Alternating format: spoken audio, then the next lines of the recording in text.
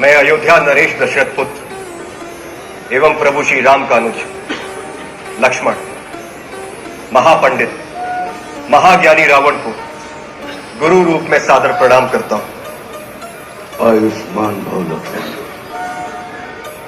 कहो, अपने जीवन की इस अंतिम लीला में मैं तुम्हारे किस हित की पूर्ति कर सकता हूं?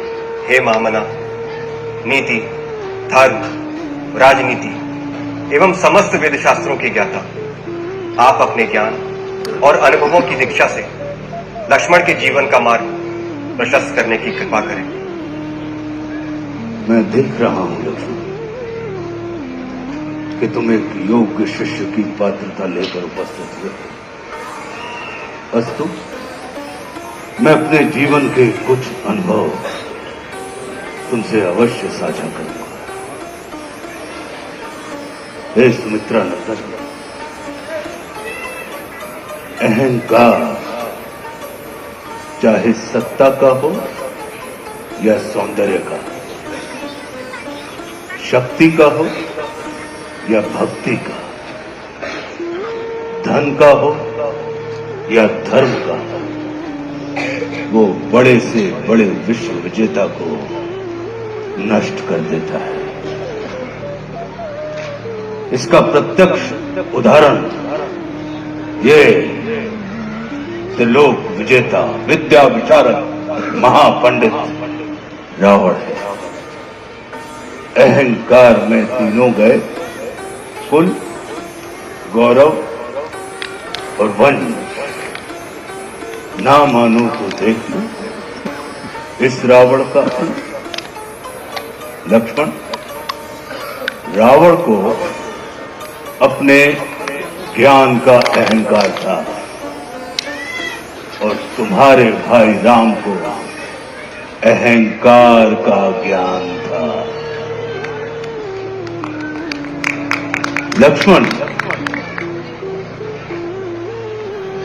जीवन में सफल होने के लिए शत्रु दृष्टि और मित्र दृष्टि का भेद आना अनिवार्य है।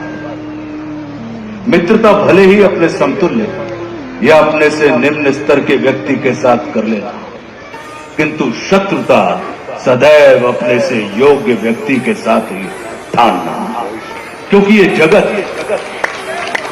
हमारे व्यक्तित्व का आकलन हमारे मित्रों को देखकर नहीं, हमारे शत्रुओं को देखकर लगाता है। जितना बड़ा और गरिमापूर्ण हमारा शत्रु होता है, उतने ही बड़े और गरिमापूर्ण की ख्याति को हम प्राप्त होते हैं। देखो ना, इस जगत ने जो कुछ राम से जुड़कर प्राप्त नहीं किया, उसे रावण ने राम से लड़कर प्राप्त कर लिया। लक्ष्मण, वे हमारे शत्रु ही होते हैं जो हमारे अंदर सुप्त पड़ी हुई ऊर्जा को जागृत करने का कार्य करते हैं। हमारा शत्रु ही होता है जो हमें असुरक्षा से निकालकर सुरक्षा में जाने की प्रेरणा देता है। वो हमारा शत्रु ही होता है जो हमें अपने सीमित वृत्त से निकालकर अपने वृत्त को असीमित करने की प्रेरणा देता है। इसलिए शत्रु तिरस्कार का नहीं, नमस्कार का पात्र होता है। कभी अपने शत्रु को नमस्कार करके देखना, वो तुम्हारा परिष्कार कर देगा। लक्ष्मण, जैसे शरीर को संचालित करने वाला मस्तिष्क आकार में शरीर से बड़ा नहीं होता, गज को संचालित करने वाला अंकुश आकार में गज से बड़ा नहीं होता, वैसे ही व्यवस्था को संचालित करने वाले व्यवस्थापक को कभी भी व्यवस्था से बड़ा नहीं होना चाहिए। ये सारा नीति ज्ञान तुम्हारे भाई श्री राम तुम्हें स्वयं दे सकते थे, किंतु उन्होंने तुम्हें मेरे पास भेजा। जानते हो क्यों? लक्ष्मण, मेरी संस्कृति असुर की है, लेकिन मैं प्रकृति से एक तपस्वी हूं, साधक।